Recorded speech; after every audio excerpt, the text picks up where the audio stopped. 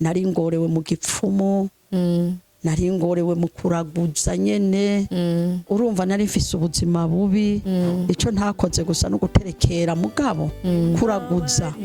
mu bapfumu utanga ibimazi mu bapfumu niho rero yaciye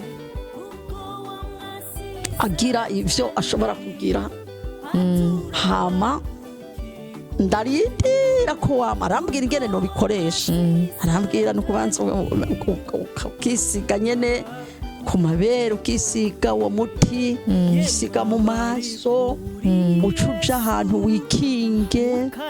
ni waramuka ubonye umukobwa ntumwiyereke mugabo ubonye umuhungu azoseruka ucuja habona wa muhungu nawe wa muhungu ahubwo wamenga ndamubwiye ngo heriyo iyo nyene iyo ntuza ahubwo ncasigara nicuza none uriya muntu ko ahoraza no kuturamutsa none ubuhongo rero byahavuye rero bica ivyo nagize nariyiciye n'ivyo naziga ko umenga byo havuye biza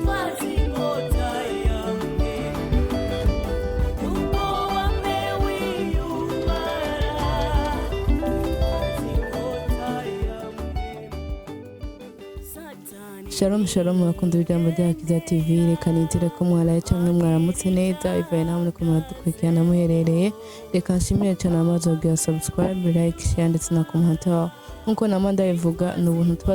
tuba tugiriwe kongera kubona undi munsi uyu munsi abantu benshi bari mu bitaro bitandukanye arabandi bari mu mva ariko twebwe turi bazima rero iyo ubonye uramutse uri muzima ubushima Imana sijyambere tumwakiriye ni incuro igira kabiri genda mwita mama muco yigeze dusigura ijambo rijanye no kwizera reka ndamuhikaze acongera dusengera kugira ngo ibintu bigende neza shalom shalom mama muco shalom shalom murakomeye yego turashima Umwami amakuru y'imisi nukuri Yesu wacu araganje reka tubashimire uburyo mwatwakiriye yego natwe turashimye karibu kazi wacu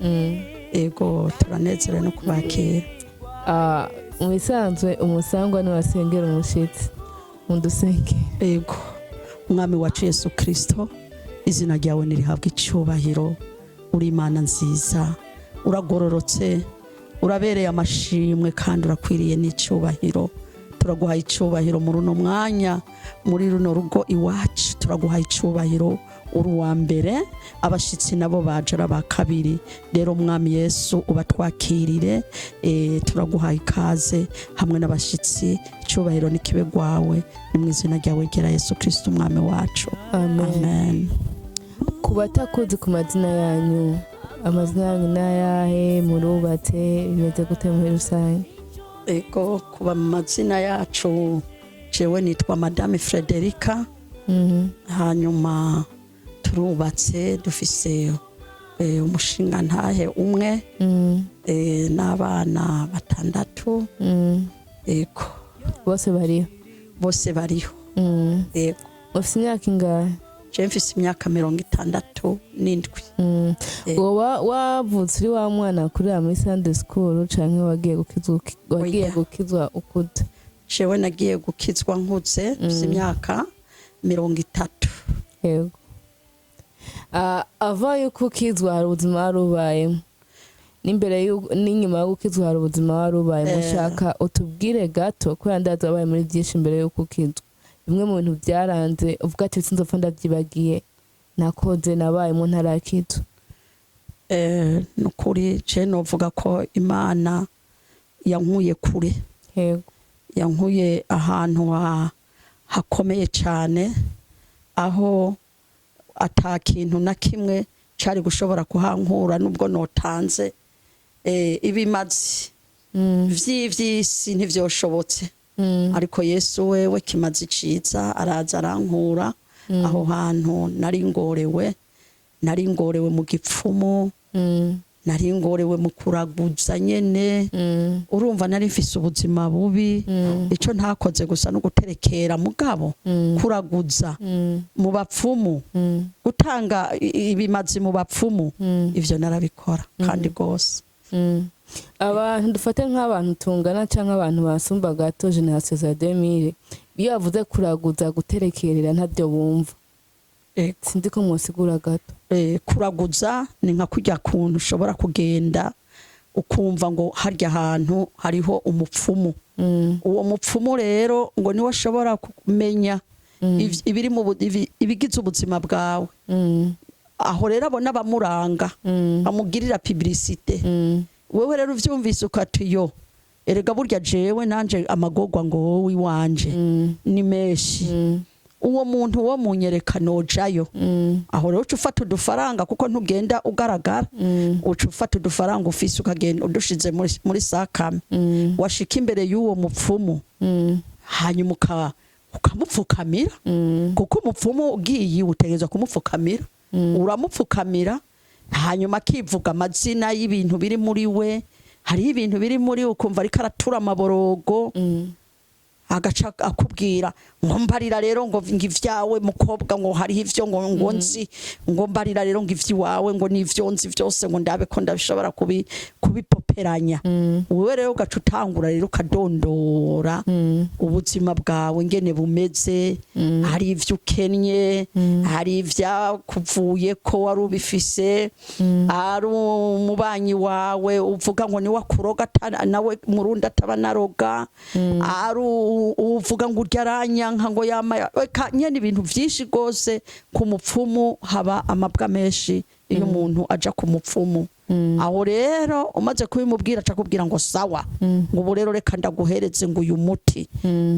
imbere yuko uryama ubanze uwisige, imbere yuko ugenda ubanze uwumemera imbere y'umuryango. Uyu muti ubanze uhereze ko abana bawe nabo bahaye wa muti.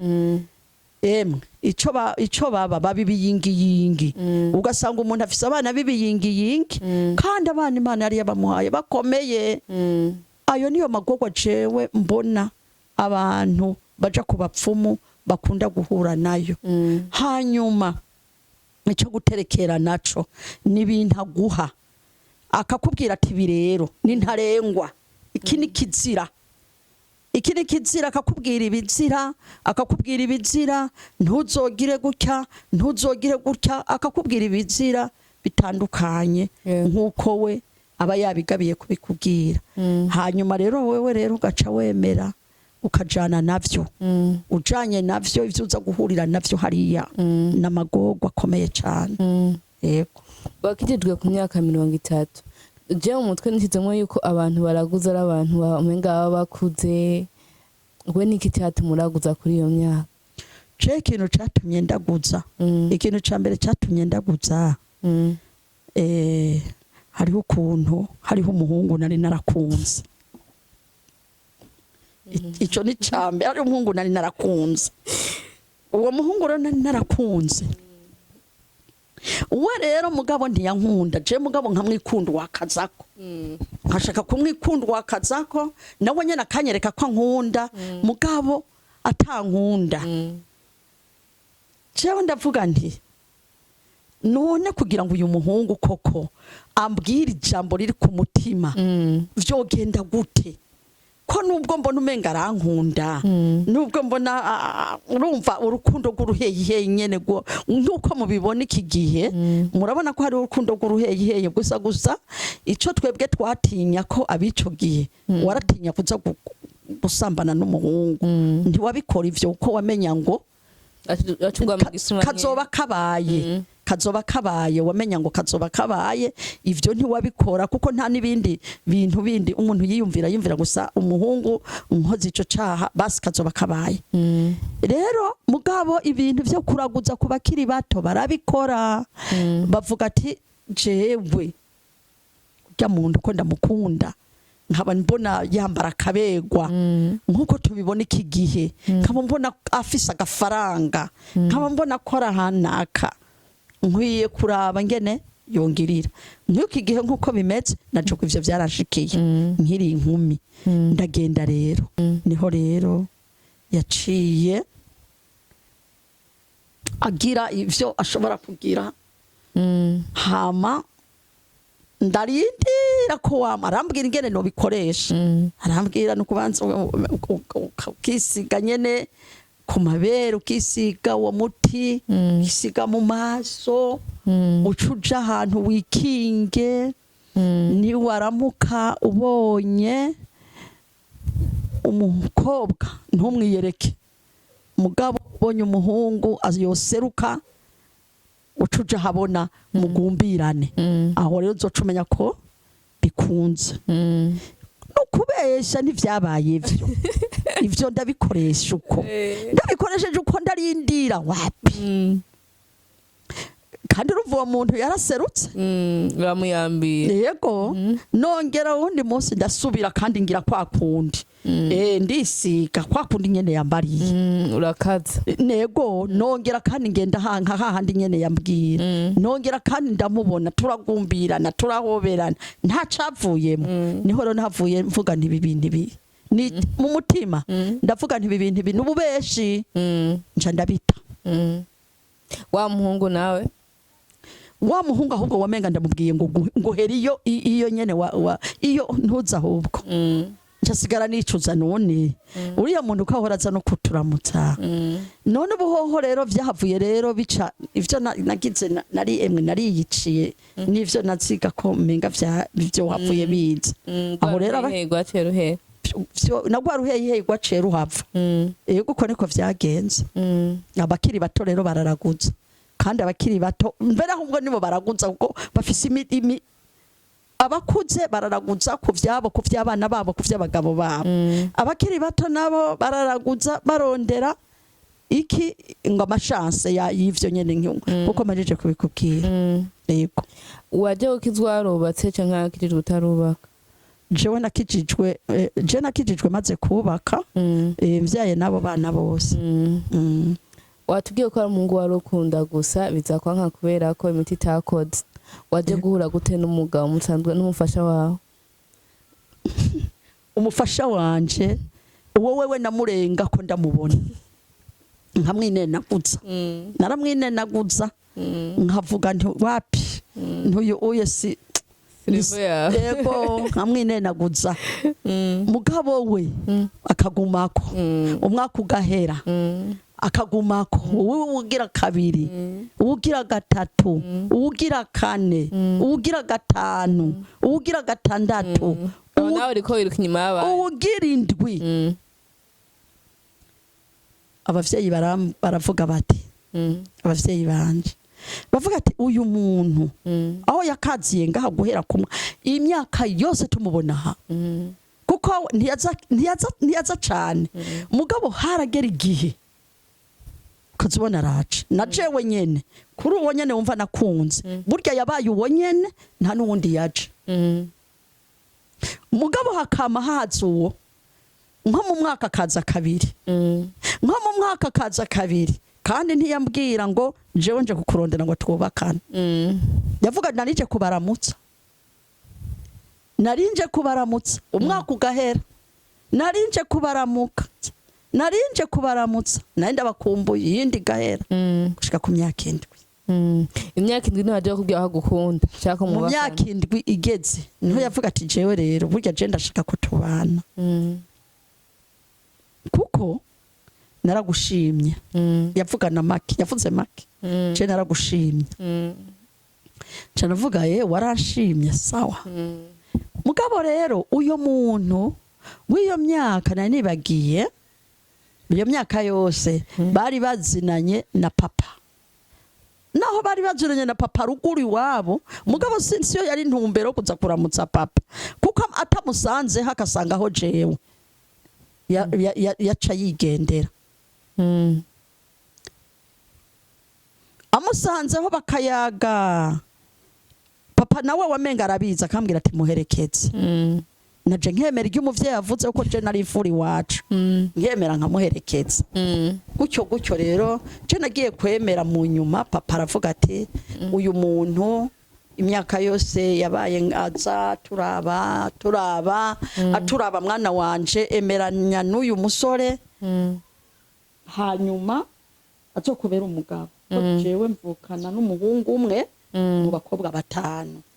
papa arambwira ati uyu azokuberamwo umugabo mwiza kuko imyaka tumubonye atararongora ni myinshi rero ko yavuze ko mwubana emera mubana jewe nje ndavuga nti papa uyu muntu jewe kuva kayose n'amandamubona cyo mutima wanje ntiwigeze umukunda ntumukunda atoya tereka ati ntutegerezwa we kumukunda ati ahubwo we ni wategerezwa gukunda ati imyaka yose agumaza uwe ni wo ukunda si wo utegerezwa kumukunda mwana wanje ntinone ga papa uyu muhungu ndabona ntameze nk'abasore je mbona umenga ameze yitwara nk'abantu nyene bakuze kuko ariko man ntiyari muri ba bantu wifuza oya ntibari muri ba bandi nashaka kandi nawe niwe yaza abandi bose bamenga n'umuntu yabazitiriyo yarabirukanya ati ntagira umuntu azosubira gutumbera rya rembo rero jewe rero kubera nari umwana nkunda numvirize icyo abavyeyi bambwiye hama ndagikore naciye nahavuye ndemera baraza gukwa turagira mariage turubaka arankunda kweri nkuko nyene papa yabivuga tubone wagukunda narinze mvyara abana batatu akimbwira icara ku bibero ndagutamike naho yava ku kazi naho naba nari yambwira icara ku bibero mwana wanje w'imfura ndagutamika kandi tumaze kuvyara n'abana batatu iryo jambo ntiyari harakumbwira mwana wanje w'imfura mwana wanje w'imfura mvyaye n'abana batatu yarabimbwiye niho vyahagarariye kubana kuri ico kintu c'abana mvyaye abana wavuze yuko mubakanye imbere yuko mubakana utamukunda uyu munsi abantu bavuga ko ati bwa twubakane nuko tugomba kuba dukundana abantu benshi bakumva ibyo ntibibaho yuko umuntu yagutwara utamukunda bikaza guhindukira mu rugo ni nk'ikihe kintu babwira tukiri ngaho nukuri umugabo burya ni wakwiye gukunda umugore kuko nkuko manije kubikubwira ishitseyo niwe yangurira kira kintu cyose ikintu cyose kigize umugore niwe yabimenya akabigura akabizana ahubwo naratangara kandi urumva naho yasanga ntafunguye yambwira ati ntegereza kugutamika kandi niyantamika aricaye ku ntebe yambwira icara ngaha ndakurera urabonye umuntu yoregwa kandi ufise nawe uri kurarera yanyeretse urukundo rudasanzwe vraiment gusa abantu ntibashobora kuba bohishurirwa urukundo nyakuri burya n'umugabo niwe nyene kuko niwe mutwe w'urugo hajya rero umugabo agukunze wowe wagira uti ahubwo jewe ndahiriwe mugabo rero kuko nkurunganwe rw'iki gihe urabona kandi surunganwe rw'iki gihe gusa urumva ko na jewe vyari bimeze nk'ibishaka kunjako mugabo Imana yari yaratoranije ko yari we mugabo wanje ari we tuzobana urumva ko yabigije hirya tawundi nabona mugabo urumva ubwa mbere na mbere urumva ko hariho nari nakunda nkarindira naho nza wari guya uwo nabona ari guyanje ariko siwe yari guyanje urumva ko navuye ngenda no kurondera ivyo ndondera hanyuma rero urunganwe gubu mukwiye ivyo ari bibereye kunda urya gukunze ntuba ari we w'umukunda kuko uri kuramukunda umunsi wamubonye ko amakosa rujya rukundo rw'iwawe ruzohera ariko we niyagukunda azokwihanganira kuko nukuri uko niko kuri je cyo no bivuga urashitse mu rugo ubaye imfura y'umugabo we byagende gute umukundi je maze gushika muhira nateza kumukunda nyene kuko ari we nabona nari we Imana nabona navuga nti uyo nyene ivyo ari byo byose ni we Imana yampaye kandi natumaze kuvyara abana twavyara abana beza nuko abana banje batari ngaha ntiwamenya ko ari abana biwanje nkaca nanezerwa n'ingena tuvyaranye abana beza umuntu wese akavuga ati aje muhiri wacu mwavyaye abana beza abana beza umuntu wese abana beza gutyo bica bituma rero umugabo ndamushira ku mutima ndamukunda kandi n'ubu ndamukunda gose umugabo wanje rero nitumeze nk'umugore n'umugabo tumeze nk'abavukana urumva ni ico naco ni kimwe mu mugisha Imana ibara yatoranirije umuntu ico niko uyo niyo ntumbero nogi yego ico gihe mwubaka umugabo wa ntiyarakirijwe kandi ntiyarakirijwe oya ntiyarakijijwe twese twarabagatolika mwanwe inzoga yego twaranwe inzoga ariko nimwaborewe ariko oya ntitwaborewe igihe cyo gukizwa kirageze hagati y'umufasha wawe nawe ndi yatanguye gukizwa hagati y'umuya jewe nawe je nije natanguye gukizwa hanyuma nkijijwe acatangura kumera nk'uwungwanya gato mugabo Imana ikirahaseruka kwa rukundo ragabanuka gato oya ntitwagabanutse gusa Imana yarahaserutse atanguye kumera nk'uwungwanya sinshaka idini ry'umugore riza mu nzu yanje Imana yaciye haseruka imuteza ingwara malaria aragwara muri babantu rero nta numwe yarushaza kurunguruka babandi je dusenga hamwe nibo baciye bazana gasukari burya ibikorwa vyiza mu bana b'Imana birakenewe ko birashobora gutuma ubugingo bw'abandi buhinduka buhinduwe nuko Imana nyene yaramutse yashatse ko uwo muntu ahinduka cyukuri ibikorwa vyiza birakwiye gukorwa abona nibo bazana gasukari abona nibo baza kuturaba abona nibo baza kudusengera ati jewe guhera ubu ndahevye gatolika ahubwo ejo aho bukera tuzojana gusenga ku mutima ni Mana bikore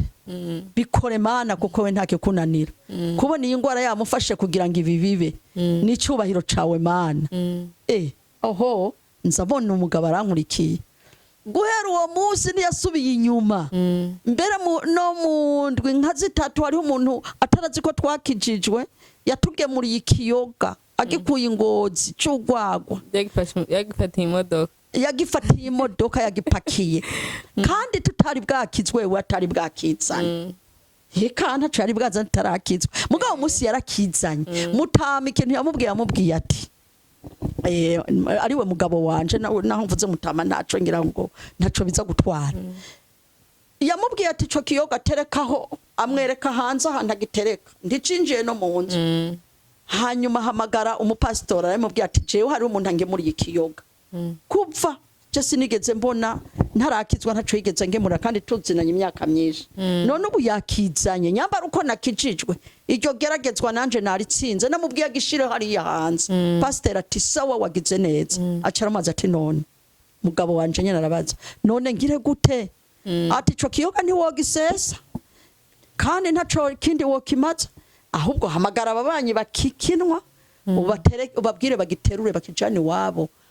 amabakinwa bagisangiriye mu mihani wabo uko niko vyagenze niko umugabo wanje yaciye abikora baragiterura barakijana n'uwo muntu guhera uwo munsi ntiyasubiye kugaruka iwacu wamenga duciye tuba bansi gushika n'uyu mwanya kandi wumva iyo myaka ari iyo myaka myinshi yaciye mu ncamake rero nabonye nkijijwe narashimiye Imana navuze Mana mbega harabaho ukuruhuka kungana gutya hariho iyi myaka yose hariho Mana ugira neza narashimye Imana nukuri narashimiye Imana ingene yashoboye kunkura aho hantu narindi ntarakira gakiza wamaze gukizwa bimeze neza imbere yuko ukizwa inyuma yo gukizwa ubuzima mwe mubayemwo mu bijyanye n'uburyo byari byifashe gute harabaye inyongera cyane ego tumaze gukizwa ubwa mbere bw'ubwo icyo twavuga cyose cyagenda gutyo harabaye inyongera ikomeye gose ubwa mbere bw'ubwo ntarakizwa nari mfise ibiro 45 hanyuma maze gukizwa mbona ntanguye kugenda mvyibuha mbona ntanguye kugenda ndaba mwiza ndiyumvira nti none ahandi ho harabaye iki ndavyiyumvira ntangura kunezerwa naho twari kumwe n'umugabo nkunda mugabo urumva harabaho kunywa ibiyeri 2 ku munsi ntarakizwa nanywa ibiyeri 2 ku munsi nari ndavyandikiwe urumva ko umugabo wanje yanyitaho kandi n'inkoko narya 2 mu ndwi twarya inkoko 2 ariko ibiro nagumana vya biro bikeye gose 45 uvyaye gatatu ngeze aho no kwibaruka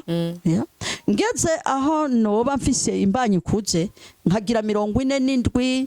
canke 48 ico gihe nivyo nagarukira ariko maze gukizwa nabonye umwama ngirira neza ntangura kuvyibuha ntangura kuba mwiza nkuko ndiko ndabibabwira nukuri nabonye inyongera dutangura kumererwa neza Imana iraduhezagira turabibona yego wagiye kubyara umwana wa gatanu ubuzima bumeze gute warakomeye mu mwami oya twakijije nakubwiye ko twakijijwe mfise imyaka 32 abo bana bose naremeje kubavyara urumva ko navyaye abana benshi hakiri kare nabavyaye hakiri kare mu myaka 32 nari mvyaye umwana agira 6 muri eglise twese turagenda gusenga ariko ngo si kenshi umuntu usanga akora ibikorwa vy'Imana muri eglise byari wiyumvise wo ukoze mu ngoro y'Imana ego jewe maze gukizwa hama nkaba maze kwakira Yesu nk'umwami n'umukiza ico gihe ikintu natanguye kwiyumvamwo nace niyumva ishaka ryo gukora ibikorwa vy'Imana ubwa mbere bwobwo naciye ntangura kumva mfise inyota y'amasengesho ntangura kuba mu masengesho tugasenga n'abandi ba mama turasenga mbona ntanguye kugiranira ubumwe budasanzwe nabo twasenga hamwe baba mama ntangura kugira abagenzi benshi muri eglise kubw'iki kubw'amasengesho kuko Imana yaravugana natwe ikatubwira genda hanaka mugende gusengera umuntu agwaye tukagenda kandi bene data Imana iravuga Imana irayishura iravuga tukagenda gusengera umuntu dushitseho tugasanga kwa kuri nyeri Imana yavuze yabitubwiye tugashika tukabikora tugasenga ari byo tumubwira gutunganya akabitunganya by'ukuri nahabonye umugisha udasanzwe muri uko gukizwa mu ntango hama ikindi naco caciye gikoreka naciye ntangura kumva ishaka ryo gusobanurira umuvuga butumwa canke urongoye programme ngaje ndi mwishengero nkumva umutima uguma mpuzagitswe hajya abataranahamagara ubuza gusobanura je nkaba nitereyo bakazabona mpagaze iruhande y'umupastori pastor ndavye gutya naco yambatsa ntiyavuga tuzanwe niki eka yarihorera hajya tangwa uvuga ngo haleluya shengero ry'Imana haleluya kanisa la Bwana nkaca nitanganiza n'urujwi kandi ntangura abantu bose barumigwa ati uyu wewe mbega ibintu by'umuntu ari yakibatizwa nuko none ariho yaracinjira no mu mugwi w'abasenzi ibi navyo nibiki bimubayeko nco mbandanirizako naciye mbandaniriza ko bari basigaye bambwira ngo mama nakanaza asobanura umuvuga butumwa bacerero babona nyene ko ndabishoboye bari basigaye bampamagara bakampamagara ati ngwino usobanura umuvuga butumwa canke uri kuri programme ivyo atihwe babibonye uko baca batangura naje kumpa kurongora programme ibikorwa rero bica bitangurira ngaho birakomera gushikara aho haba amatora yo gutora abamama barongora abandi muri eglise jewe rero bacenze nsanga nanje bantoye yego barantora kuba umurongozi w'iryo shengero nyene twinjiriramwo uko niko vyagenze urabaye umukuru w'abakenyezi ndabaye umukuru w'abakenyezi kandi ndabarongoye neza n'udushimwe naratuhawe yego ugiriwe ubuntu Imana iguhaye ubuntu bwo kurongora abakenyezi yego iyo umuntu akomera mu gakiza iyo umuntu akakorera Imana ibimutitaza ntibibura gusa icyo Imana dukorera nuko iduha inkomezi zo kunesha ibyo bintu ariko ijambo ry'Imana kandi aratubwira ngo ntizigere duha ibitunanira kuje hano ko nabivuga wenda warabaye muri ico gihe cyo gucika intege ukumva ibintu by'Imana nyene woreka anamaze gushika narakoze reka ntangwe kuzandirukanga mu tuntu twiwanje we byagenze gute oya Jesse aho vyaba Jesse uko jewe ndi muri eglise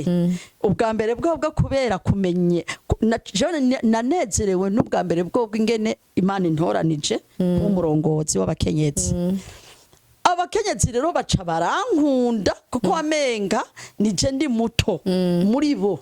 barankunda cyane baranyitwararika nkabona umenga nyene eka jewe njambona aba ni bene wacu ni bakuru banje aba nabo bandi ni barumuna banje turabana nabo muri eglise kandi nkaba ndi n'umuririmbyi nace ninjira mu baririmbyi cyose wamenga navyikoraniririzako njambo muririmbyi ndaririmba ndanezerwa no kuba umuririmbyi turagenda no muri Tanzania kubwo kuririmba turagenda muri Kongo kubwo kuririmba kubw'ibikorwa vy'Imana urumva mu ncamake jewe nta bintu nabonye vy'ibitsitaza muri ivyo bikorwa nariko ndakora oya kuko jewe impamvu vyanyoroheye nguko sinakurikirana n'ivy'abantu ndakubonye ko ikintu kitari ciza ico nakora ca mbere nagukeburira mu rukundo turi babiri